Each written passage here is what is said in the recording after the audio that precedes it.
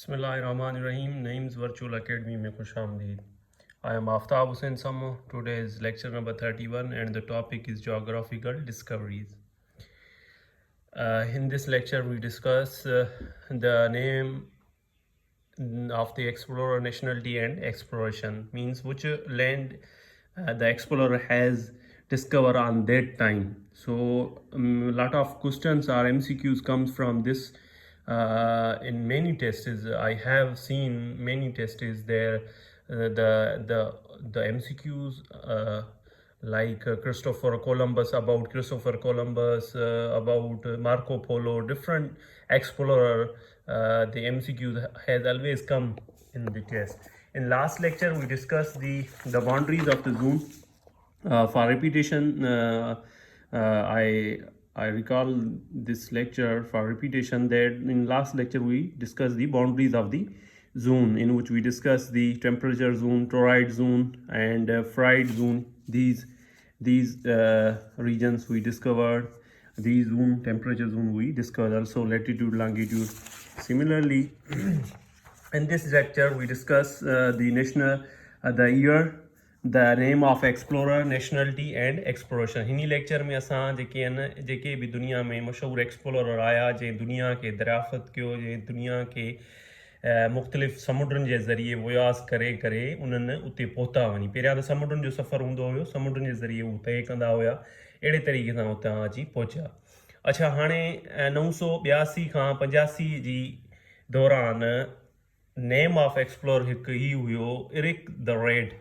नॉर्वेयन हुयो, नेशनलिटी उनजी नॉर्वे जी हुई ऐं उन छा कयो, ग्रीनलैंड खे डिस्कवर कयो. हाणे अचो त मां ही जेको आहे वर्ल्ड मैप तव्हांखे मां ॾेखारियां. वर्ल्ड मैप में पाण हली ॾिसंदासीं त हाणे तव्हां कॉन्टिनेंट में पाण पढ़ी वियासीं.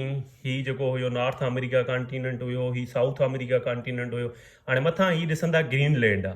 त हिनी खे जेको हुयो एक्सप्लोरर उहो कहिड़ो हुयो, नॉर्वेयन हुयो, इरिक रेड उहो हुयो. हिनी डिस्कवर कयो हिनी ग्रीनलैंड खे. ठीकु आहे. ग्रीनलैंड छा आहे, हिकु आइलैंड आहे ऐं जंहिंखे डिस्कवर कयो कंहिं, इरिक द रेड. केरु हुयो, नॉर्वेयन हुयो, नॉर्वे उनजी नेशनलिटी हुई. ठीकु आहे. इहो MCQs अची सघे थो पियो. अच्छा, उनखां पोइ आहे लेक रिसन, नॉर्वेयन. इहो बि इन छा कयो, नॉर्थ अमेरिका ते पहुतो, रीच दी नॉर्थ अमेरिका. हाणे नॉर्थ अमेरिका तव्हांखे ख़बर आहे हिकिड़ो कॉन्टिनेंट आहे. हाणे उहो कॉन्टिनेंट जंहिंमें ही तव्हांजो United state of America, Mexico, Canada, ही सॼो रीजन इहो अची थो वञे पियो नॉर्थ अमेरिका में. ठीकु आहे. बाक़ी ही वरी साउथ ब्राज़ील, प्रागे, इहो सॼो साउथ अमेरिका में अची थो वञे. ही हिकु अलॻि कॉन्टिनेंट आहे, ही अलॻि कॉन्टिनेंट आहे. त हाणे जॾहिं ही नॉर्थ अमेरिका वारो ही वारो जेको कॉन्टिनेंट आहे उहो फस्ट जॾहिं मतिलबु एक्सप्लोर कयो, उन रीच कयो नॉर्थ अमेरिका ते. ठीकु आहे न. उहो ही हुयो लेक रिसन 1000 C में. उन छा कयो, उहो बि नॉर्वेयन हुयो, नॉर्वे जी नेशनलिटी हुई. अच्छा, उनखां पोइ 1271 खां 1294 में मार्को पोलो, इहो वरी इटालियन हुयो, इटली जी इनजी जेका हुई नेशनलिटी हुई. Reach India through China. हाणे तव्हांखे ख़बर आहे चाइना ऐं इंडिया, ही इंडिया आहे साउथ एशिया में ऐं चाइना ही आहे. ठीकु आहे न. ही ॿई पंहिंजा नेबर कंट्रीज़ आहिनि ऐं ही एशिया कॉन्टिनेंट में आहिनि. त हू जेको हुयो इटालियन जेको हुयो एक्सप्लोरर जेको हुयो उहो इटालियन हुयो, मार्को पोलो. उहो आयो कंहिंजे थ्रू, ही रूट वठी करे ही चाइना वारो रूट वठी करे इंडिया ॾे आयो. ठीकु आहे. ऐं इंडिया में अची रहियो, मतिलबु उन एक्सप्लोर कयो कंहिं मार्को पोलो. ऐं कॾहिं आयो इहो फस्ट में 1271 खां 94 में. अच्छा, वरी 1492 ईस्वीअ में क्रिस्टोफर कोलंबस. ही MCQs SPSC में तक़रीबन आयो आहे ऐं लास्ट टाइम बि आयो हुयो. अच्छा, landed Bahamas while discovering western route to India.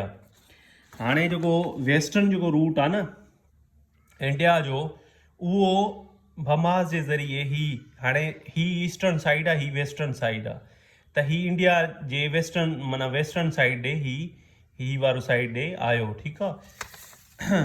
इहो केरु आयो, जेको हुयो इटालियन हुयो, क्रिस्टोफर कोलंबस, 1492 ईस्वी में. उनखां पोइ आहे 1497 खां 1503 वारे जे दौरान अमेरिको वेस्पुसी. ही जेको अमेरिगो वेस्पुसी आहे, अमेरिका जो नालो इन्ही एक्सप्लोरर जे नाले ते जेको आहे न आहे मुश्तमिल आहे। अच्छा इहो बि इटालियन ऐं स्पेनिश हिननि जी मतिलबु नेशनलिटी ॿिनि कंट्रीज़ जी हुई।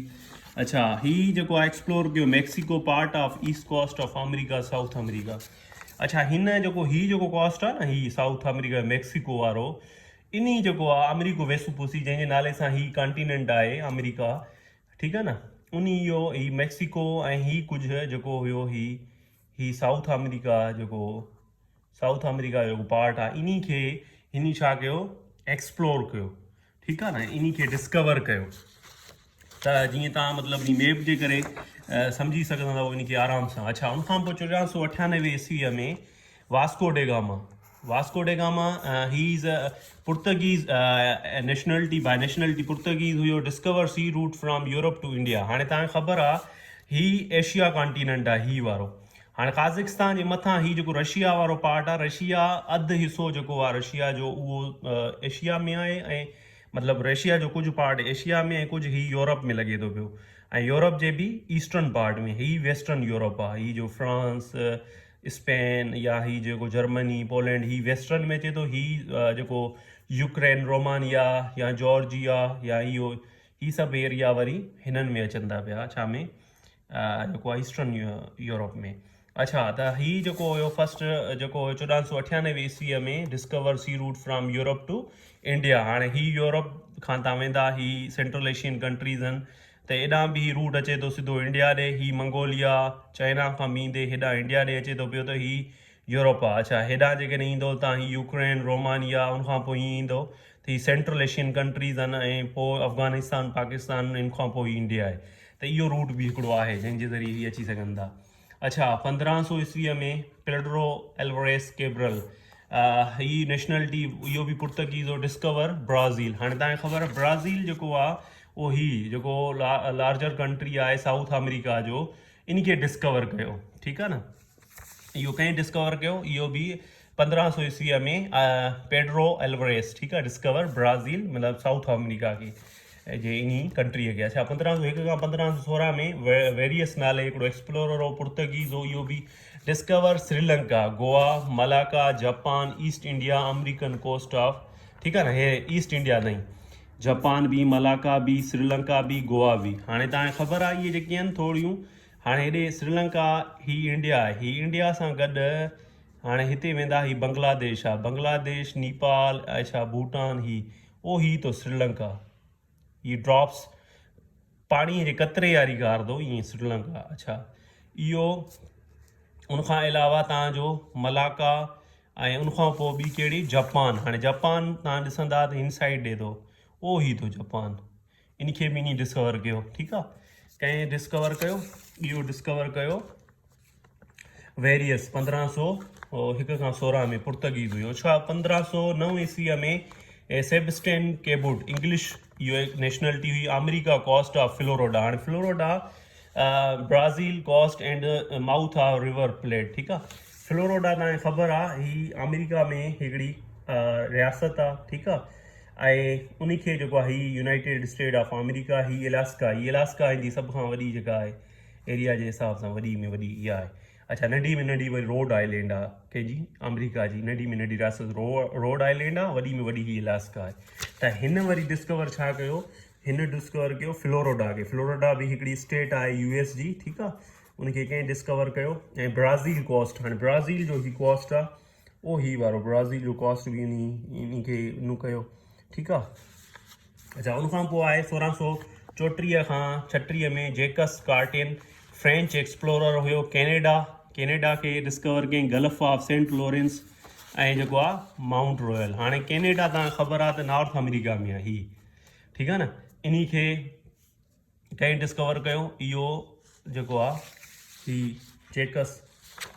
जेकस कार्टेन फ्रेंच एक्सप्लोरर हुयो, gulf of Saint Lawrence and mount royal, ठीकु आहे न, इहे सभु इन जेके आहिनि डिस्कवर कया। उनखां पोइ आहे तव्हांजो 1642 खां 43 में अबिल जैसून तस्मान डच एक्सप्लोरर हुयो, इन छा कयो तस्मानिया न्यूज़ीलैंड फिजी आइलैंड। हाणे तव्हांखे ख़बर आहे इहे जेके आहिनि ओशनिया कॉन्टिनेंट में अची वञनि था, हीअ जेको ऑस्ट्रेलिया आहे हीअ न्यूज़ीलैंड आहे, ठीकु आहे न, हीअ तस्मानिया आहे, तस्मानिया खे न्यूज़ीलैंड खे ऐं हीअ फिजी खे इन फिजी खे इन टिनी खे कंहिं जेको आहे एक्सप्लोर कयो ही लास्ट वन अबेल जैज़ून तस्मान, ठीकु आहे न, डच एक्सप्लोरर हो इन फिजी आइलैंड खे, हिन फिजी आइलैंड खे, उनखां अलावा तस्मानिया खे, न्यूज़ीलैंड खे एक्सप्लोर कयो। त ही जेके मैप हुयो इन में पाण कुझु सम्झियासीं त कहिड़ियुनि कंट्रीज़ खे कंहिं डिस्कवर कयो, कहिड़े कहिड़े एक्सप्लोरर डिस्कवर कयो।